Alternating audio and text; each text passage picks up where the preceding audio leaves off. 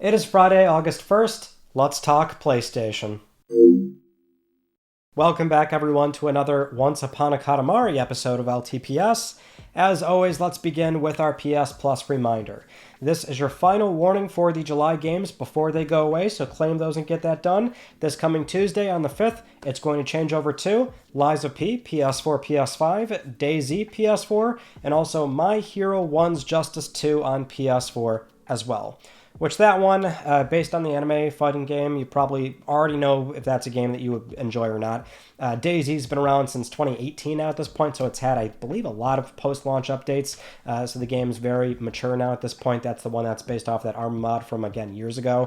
And easily the standout title is Lies of P, which has really made a name for itself over what was initially, even I thought this too, but it's like, man, this is kind of a very shameless Souls-like game as far as not just gameplay mechanics, obviously, because now so many other titles are emulating that gameplay feel, but the way it's presented as well. So the sort of art style, art direction, everything like that. But it seems like people really enjoy that game, and depending on who you ask, they like it more than some of the FromSoft titles as well. So I know it's sold a few million copies now at this point. It's done really well, but this is going to be a great way for that game to be exposed to a much bigger audience, and I myself will finally be able to pick up the game and try it for a little bit as well. And that's also the cool thing about how often Essential is getting these like pretty high profile games. I haven't even bought the physical copy just yet, but now I can have a digital license and I can eventually get the disc super cheap. So Essential's been actually pretty good nowadays. It's been hit or miss with some months in 2025, but this is definitely a very strong month next to the other ones that we've had so far. Moving on to our first news story, as we go into day one of EVO 2025, Sony has detailed more news about the, Project Defiant, their in-house fight stick, which now has a proper name, and it's called Flex Strike. So over on the PlayStation blog, Sony gave us some new details, like for example, you can connect a PS Link adapter to a Flex Strike, and also a Pulse Elite or Pulse Explorer at the same time, so you only need one PS Link adapter on their wireless protocol to use two different devices. So you can actually mix and match. You can use a Pulse Elite and then the Flex Strike, or two Flex Strikes, and that's going to be just fine, which the Flex Strike itself is going to come with a new updated version of the PS Link adapter, which is going to be a USB-C version, so probably going to be a little smaller, I would have to imagine, so that's pretty handy there. Sony also says you can connect a DualSense as well next to the Flex Strike, so if you want to just use the controller to navigate menus or something in between matches, you can still do that just fine. They also said there's going to be a built-in lever mode switch, so you can swap directional inputs or lock in the layout to prevent accidental inputs during a match with a dedicated lock button, so that'll also be very handy as well. And we also got to look at the carrying bag that it comes with too, and all that debuted on the PS blog alongside a separate upload, 12 minutes of new Marvel Tokon gameplay, which that was a very thorough, kind of basic but thorough walkthrough of just the gameplay as far as what it looks like to knock out the opponent and how to earn in the other characters and what a basic match looks like.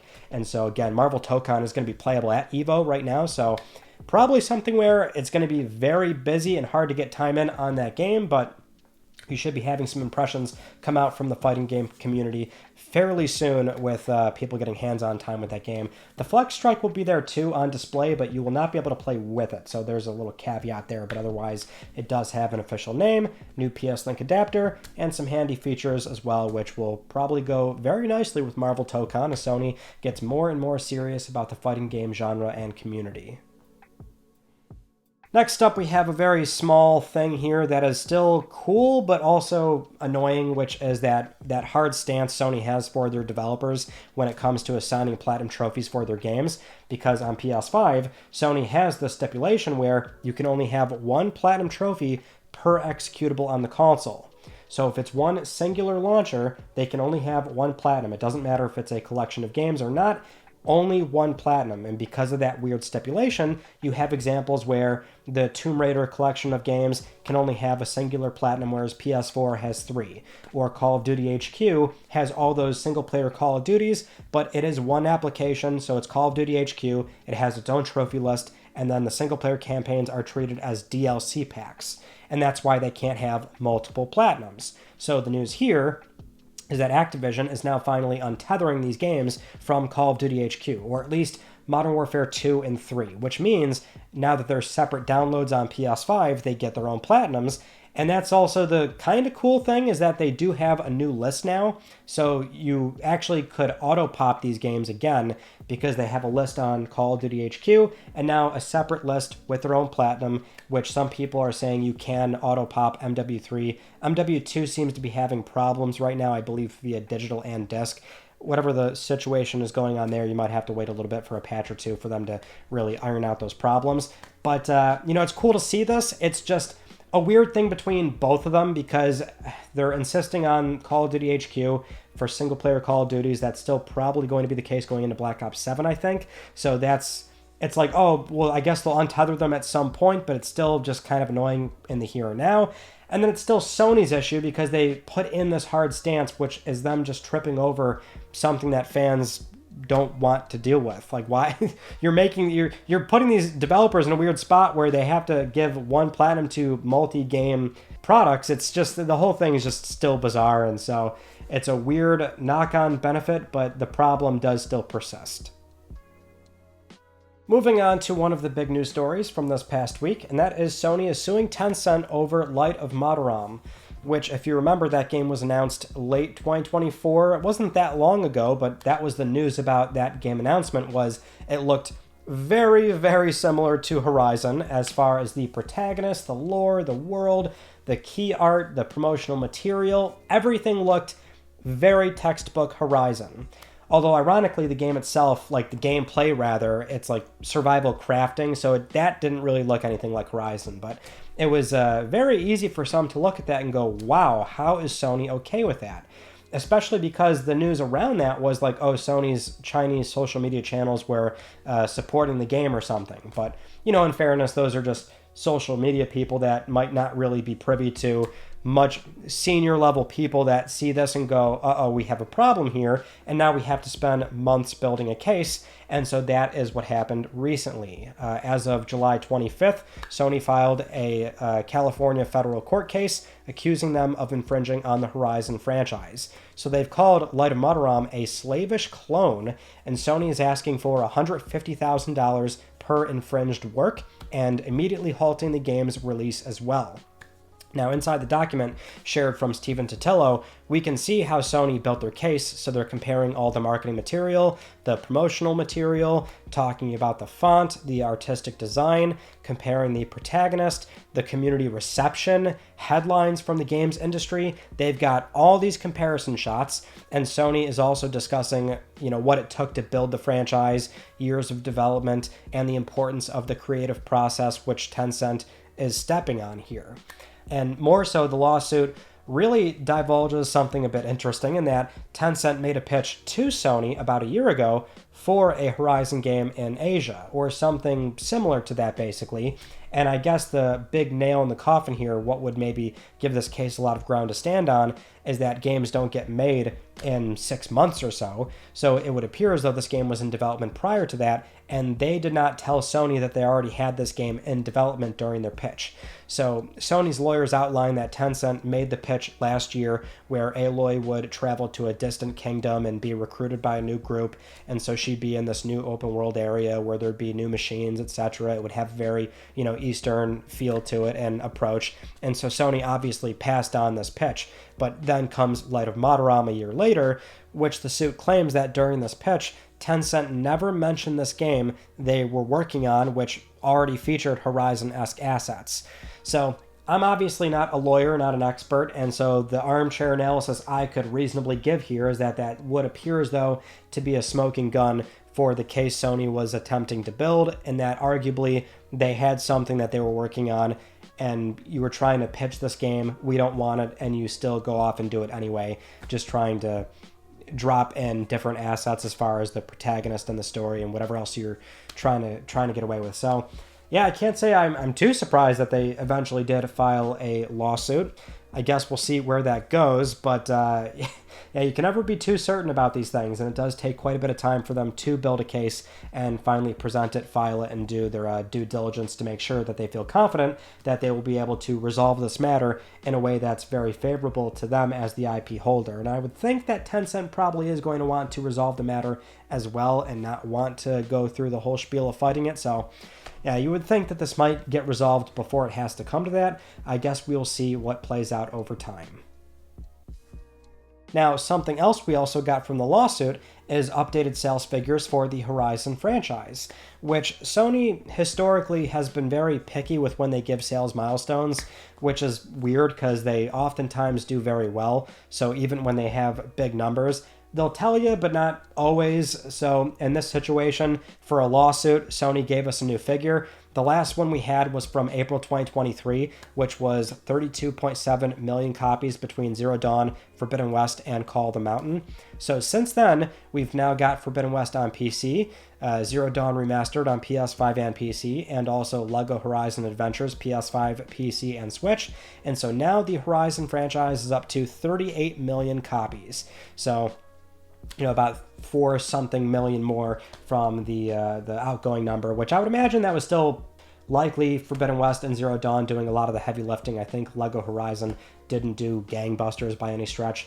It's not like Call of the Mountain bundles for PSVR 2 are really pumping that number up, but that is like somewhat relevant to this conversation in that I know people love to always bring up the fact that Horizon had bundles on PS4 and PS5, which is certainly true for PlayStation 5 if they are lumping in those numbers, which they do tend to do that, obviously. And so for 2022, when Forbidden West came out, for quite a while, that was the only PlayStation 5 that you could reliably buy, was the $500 disc console that came with a download code for Forbidden West. And so that was around the time where PS5 was still heavily supply constrained. And so when PS Direct would do stock drops, it was that bundle, and people would be willing to buy that even if they didn't want Forbidden West. So sure, that does certainly pump the numbers up to a degree. Same with Zero Dawn and with PS4 in 2017, or what was that, like a year or two after when they did the bundle for that. But, either way, I mean, the thing is, it's still quite a big number in the grand scheme of things. That, and also Forbidden West likely could have done another 3-4 million copies. Who knows how many more it could have done had it not gone to PS Plus after a year, or PS Plus Extra. And we know that was very much an experiment on Sony's end from the Insomniac breach, which did impede on sales for that game. But, it's one of those weird semantic things where some just sometimes don't want to hear that this game is as big as it is, or the franchise rather. And arguably you can see how in just 2 years' time, it's still slowly climbing, has some legs despite its availability on Plus in prior years or console bundles. I'm not so certain that LEGO Horizon is pumping up those numbers like people are expecting, but either way, it's still cool to get sales figures. They don't talk about them that often, even with investors. They rarely update that sheet under supplemental information on the investor portal. So they're very picky when they do this, but sometimes you get a lawsuit. Sometimes you get a lawsuit or a breach at their studios, and that's how we get sales figures for their games. I love seeing these numbers, but man, it's weird how we get them some days at this point.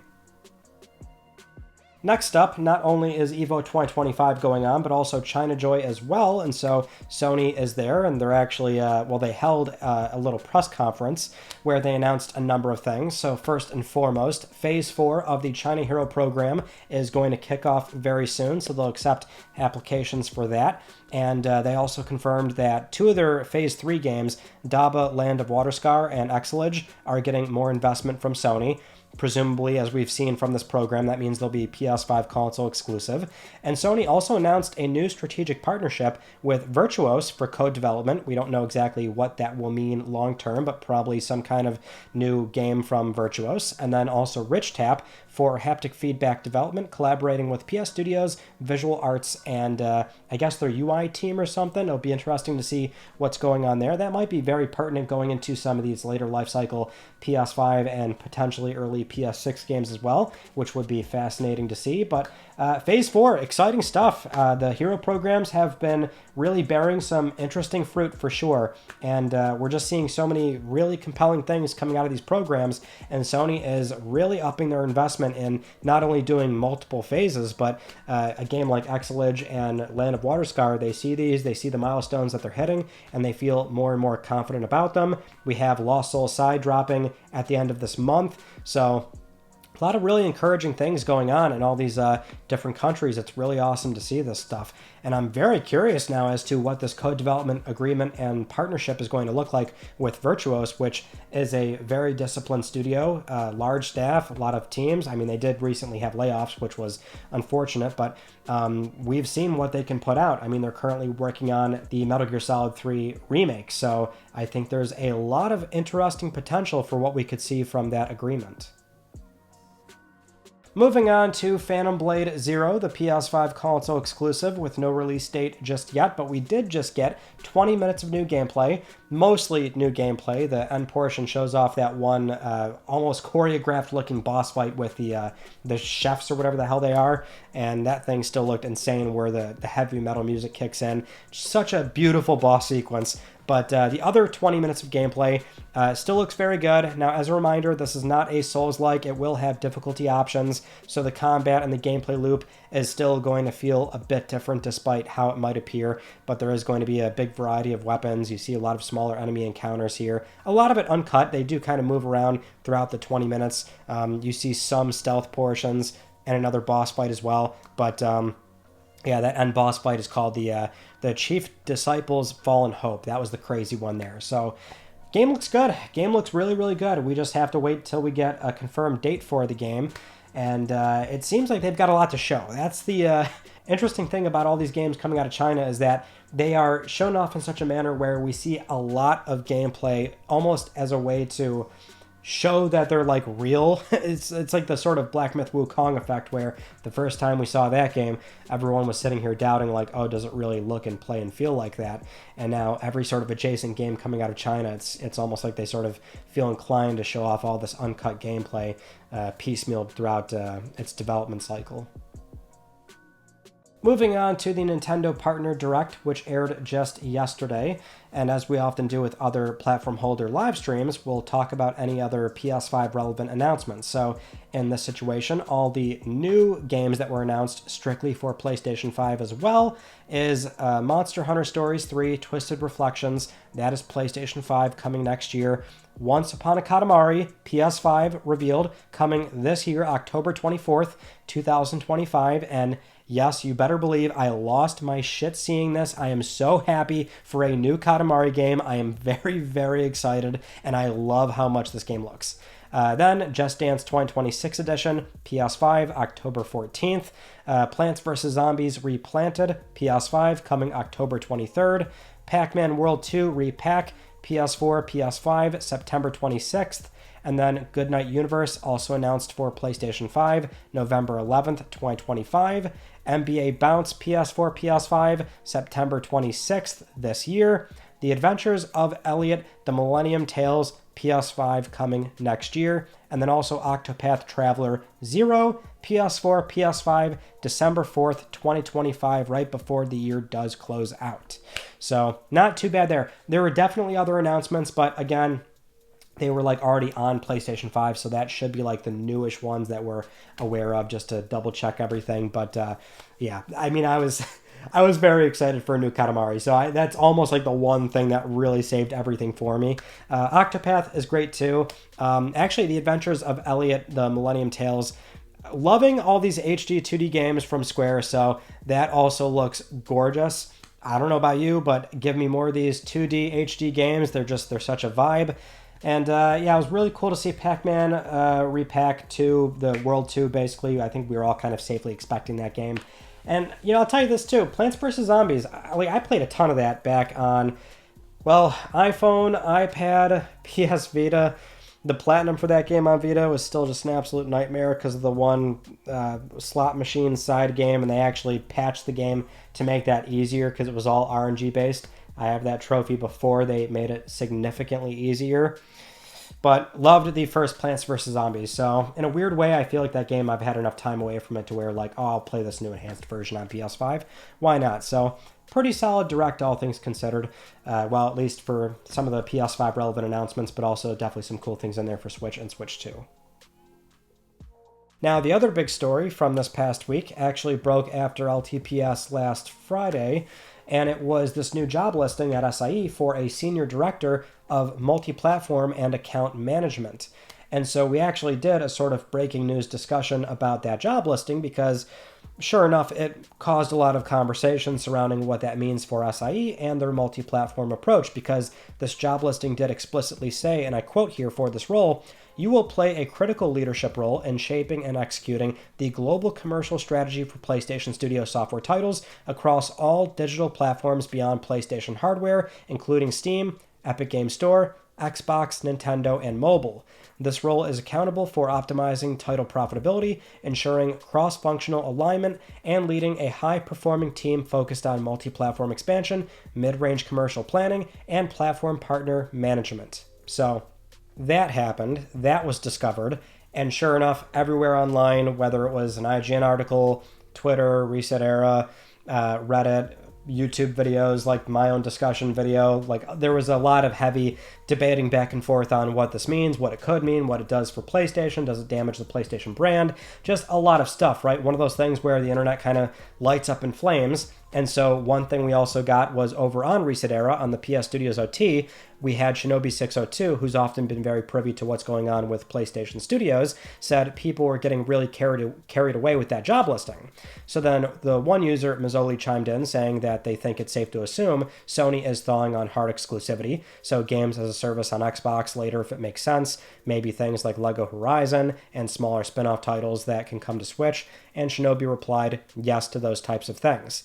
Then yesterday, in a thread on Twitter, Nate the Hate, same deal, very privy to what's going on with many happenings in the games business across many publishers. For some reason, he's been very reliable lately and also nailed the recent Direct. He responded to somebody asking about more Sony games coming to Xbox, and they said yes, more will come over, and he's unsure about Lego Horizon, though. That was one game he was asked about in particular. But there's still a lot going on here. And the Saturday conversation, or no, Sunday conversation, whenever I uploaded that video, but that too was like very contentious with many as far as what's going on. Now, I do have to make it clear, if it's not clear, me discussing the games business is not always necessarily me agreeing with what we're discussing, right? Part of the channel and talking about the PlayStation business is trying to rationalize Sony's decisions. That does not necessarily mean I agree with them. In fact, I thought I had made a point of saying, like, I'm not sure it would make a lot of sense to ship a single-player game on Xbox in this very small window of that very clear context of if they're shipping something now, they're probably doing it with this motivation of making some money now because they won't make that money if the next Xbox is simply going to launch PlayStation Studio PC games. Do you know what I mean? There's a few times where I'll insert opinion there, but I don't know, it's one of those weird things. Some people can obviously get a little bit upset with me. That's fine. You're more than welcome to disagree. Totally get it. But a lot of the time when we talk about these type of topics, it's rationalizing why Sony is doing the things they're doing as a publicly traded company. They are motivated to make money. And so you look at these things and you have to wonder, despite what Hideaki Nishino or Herman Hulst is saying in the moment during a fireside chat, things change very quickly and very rapidly. Having said that, Sony has always historically been very conservative. I say that a lot because it's true. They're very slow with doing these things. They kind of stand back and they're very experimental and they just sort of do these things drip-fed over time until they feel a little bit comfortable that their core business model is not going to be completely uprooted here, right? And that's part of why we also talked about that on the recent conversation, right? It's like, well, they won the console war, so to speak. I mean, they won. It's by every definition, they have the high-end console space. I'm not sure if Sony would feel pressure or not to finally sort of dip their toes into that sort of unspoken rule of these shall not ship a single-player game on Nintendo Switch or Xbox, right? But again, it's one of those things where it's just pure speculation on could they get away with, doing a 2017 PS4 game on Switch 2? Like, that's part of the argument. And I still, to this day, think that could happen. as in I wouldn't be surprised if it happens. There is still a value to making sure that there is exclusive stuff on PlayStation, but it's part of the argument I always make too, which is PlayStation games are still generally exclusive enough, as in PC games are not impeding on the console model. You can just see it. The numbers are there, the consoles sell, the games sell, and I think Sony is still, for the most part, very motivated in making sure that PS5 and going into PlayStation 6, this local play handheld, which that would be also a conflict of interest if they're doing Switch 2 stuff at a certain point, but again, they're still committed, I think, to making sure PlayStation hardware is the first class way to play and experience their games, and it will certainly be the first place to play their games, generally speaking. You know what I mean? So it's been a very fascinating thing watching that conversation unfold, just even so much as humoring the idea of Sony maybe getting a little bit more lax on just that, shipping games on what were previously their closest competitors. But if it does not impede on the console model, I still think that, yes, they will eventually do more experimenting, despite what Shinobi or even Nate is saying, and they're kind of saying the same thing, which we're all saying the same thing. There will be more, it's just to what degree, and only time is going to tell. In other multi-platform news, we have yet again another example of Microsoft being a very big third-party publisher, which also means they have a lot of bestsellers on PlayStation 5. So this data comes from Matt Piscatella of Circana, which tracks video game sales data here in the US. And so for the months of April, June, July, so the second quarter basically up to this year, Microsoft has 5 bestsellers on PlayStation 5, that being Forza Horizon 5, Elder Scrolls 4 Oblivion, Doom the Dark Ages, and Indiana Jones. They were all in the top 10 bestsellers. Minecraft in there too. They've had Minecraft for quite a while now at this point, but these more recent shipments on PS5, they are all doing incredibly well. Which, again, not really surprising.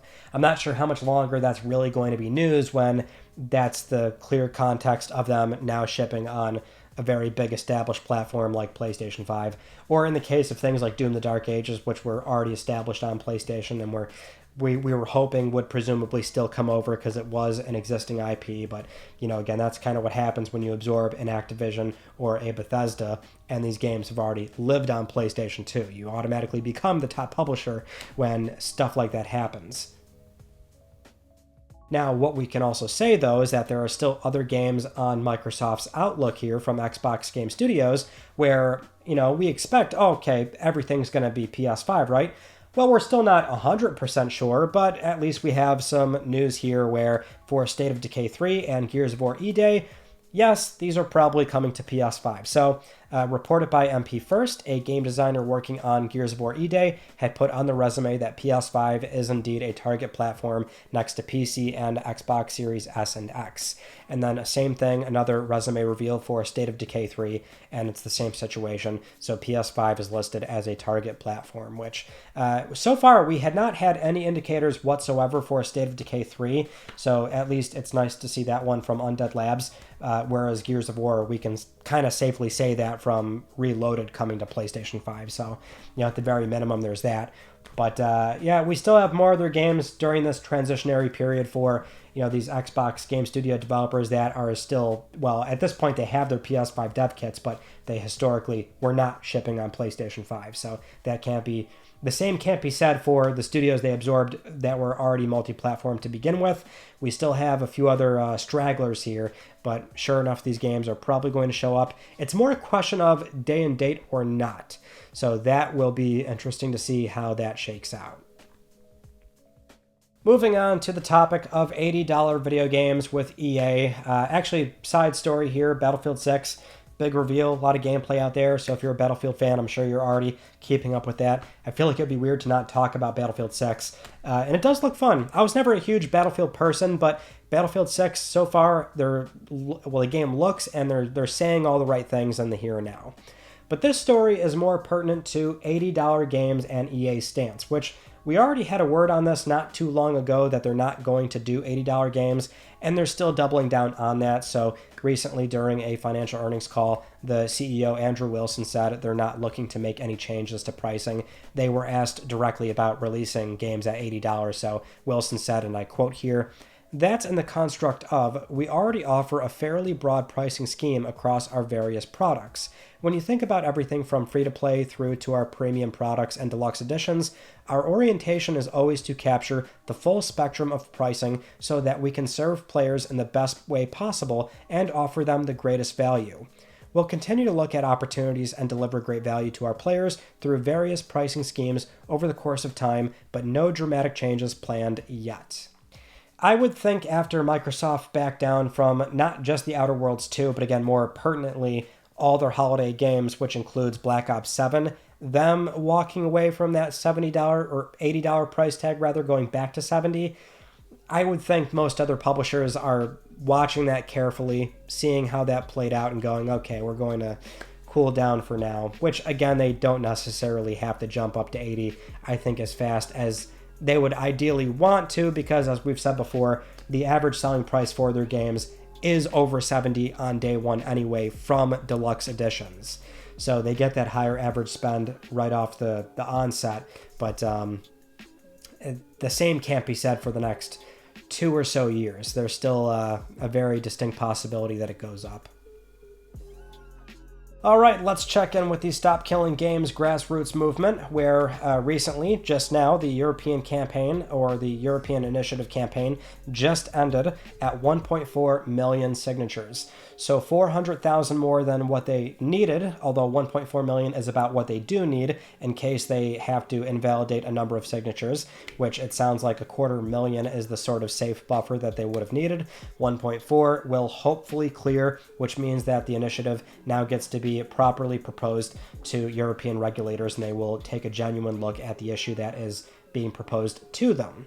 So that recently happened, and there's been a few other things going on. There was an anonymous tip in with the European Initiative making a claim about Ross, the grassroots founder of the campaign, basically. He's not even necessarily a proper leader in the sense that, it's a grassroots movement, so it's not really incorporated or anything like that. But he was dealing with that thing for a little bit. And also the Digital Fairness Act opened up recently for public commentary on video games in particular. So this is another mix of protections for EU citizens, and they're accepting opinions on a number of issues relating to predatory practices in games.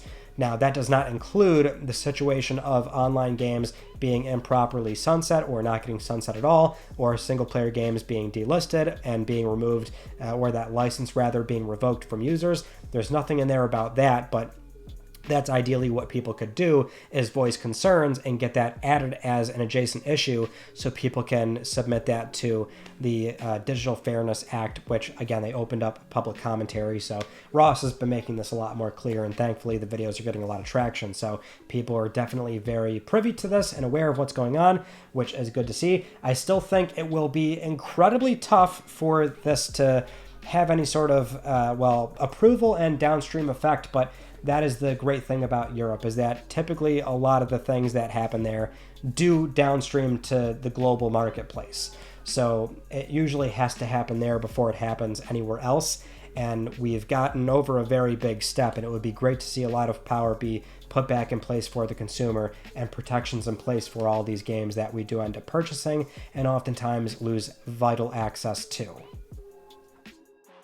Moving on to some PlayStation Productions news, beginning with the God of War Amazon TV series, where recently IGN was speaking with Ronald D. Moore, the executive producer on the show, and they were talking about how they want to really emulate the tone of the game into the TV series. Also discussing how Kratos and Atreus are going to be the leads. Well, Kratos is the lead, but Atreus will play a big role, which kind of goes without saying, but they were discussing how it's going to strongly focus on the Norse series and the dynamic between the two. And so Ronald goes on to admit that they were trying to play the games, but they just can't do it. They were more of an arcade person during their time, which is funny to hear them say that. But they did watch a lot of the cutscenes, and that's what really resonated with them. Which was based on the father and son story of the 2018 game going into Ragnarok. Now, we also learned from between the IGN interview and Collider that Season 1 is 10 episodes and the script is still being written. Cory Barlog is going to be actively involved, and Season 2 is already greenlit, and filming will begin 2026 at the earliest. So, sounds like everything is going good so far. I'm still of the opinion of I want a 9-figure budget movie. I think it would be much better to do a tighter 2-something hour big budget experience where you have these larger than life battles and the violent, chaotic nature of what God of War is, and I'm still totally fine with that. Not to say like they can't accomplish that in what would be like 10 something hours, an hour per episode, and also fleshing out the more intimate moments that Kratos and Atreus have, which they do need. Like, I get that. We'd get way more time with them with the Amazon series versus the movie, but I don't know. I think it would just be better served as a movie. Am I crazy for thinking that?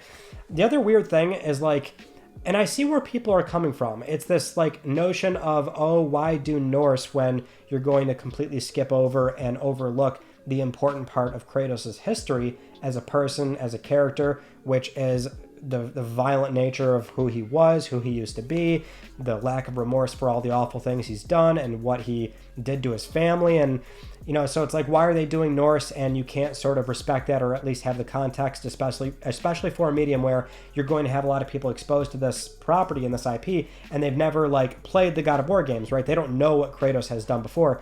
All valid. The only thing that I would say as a slight devil's advocate to that is the amount of people I've seen start God of War on the 2018 game. I mean, it's anecdotal, sure, but I mean, you see it time and time again when the game got that 2018 release. When it went to PC, a lot of folks, you know, that was their first God of War, which did inspire them to go back to the older games, and that's always really cool to see. But plenty of people started on 2018, and I think they still kind of got that context and that understanding. They still had a very fleshed out experience for what is, you know, a father-son relationship. So I actually don't entirely mind it being Norse to the same degree others have with it, but I don't know. I like my stick up with this thing, or my hang up rather, is it's not a movie. I think it's better served as a movie, but it's not like I won't sit here and check out episode 1 when it drops. That's yeah, I'll definitely be there for sure. Next up, Twisted Metal Season 2 is now available. The first 3 episodes, so that's how they're doing it. Very similar to how they did the first season, I think, which they dropped like 2 or 3 episodes right off the bat. So the first 3 are already available. Then they're going to drop another 2 episodes every week until August 28th. And then the final 3 episodes are going to come out on the same day on, again, August 28th. And there's 12 episodes total, which the reviews so far for the series have been generally positive. Seems like people are really, really enjoying it. Still haven't seen season 1. Don't know if I would watch that and then catch up on season 2. But hey, it's out there. Looks like it is now the full Calypso Twisted Metal tournament. So you can start getting involved in that. Now, with all that said, it is time for Let's Talk Plus, the weekly Let's Talk PlayStation giveaway, where one of you can win a $10 PSN code. I would like to congratulate this viewer right here. I'll be contacting you very soon via email or X, and if you would like to win a $10 PSN code, it is so simple. You can follow the link down below or scan the QR code, enter the Gleam giveaway, and supporting this channel, a number of ways can gain you an entry, and I'll announce the winner next week, because I'm trying to help pay for your games. Those are all the news stories from this past week that I wanted to talk about with you all. And our Sunday conversation was about the SIE job listing for Multiplatform, so there's a lot that we went over on that. And then on Tuesday, I finally caught up to the Astrobot new speedrun levels, which that last one was... It was fun, but man, that one got some reactions out of me. And then what else we got going on? Oh, the Patreon and YouTube channel supporter Q&A is finally up, so that's something we do every 3 months. And I was late to this one, but I think that was our longest Q&A. It's like 3-something hours, which some people don't even submit questions, and they just like listening to that because I'm BSing for like 3-something hours and saying very unhinged things. So there's that. Any support gets you access to that and all the back catalog of what we've done on Patreon and YouTube. And then coming up, we should have a Click R3 next week and something on Tuesday as per usual. But that is pretty much it. So that concludes this week's episode of Let's Talk PlayStation. I'm Ryan Benecki. Thank you all so much for talking with me, and I will see you all next Friday.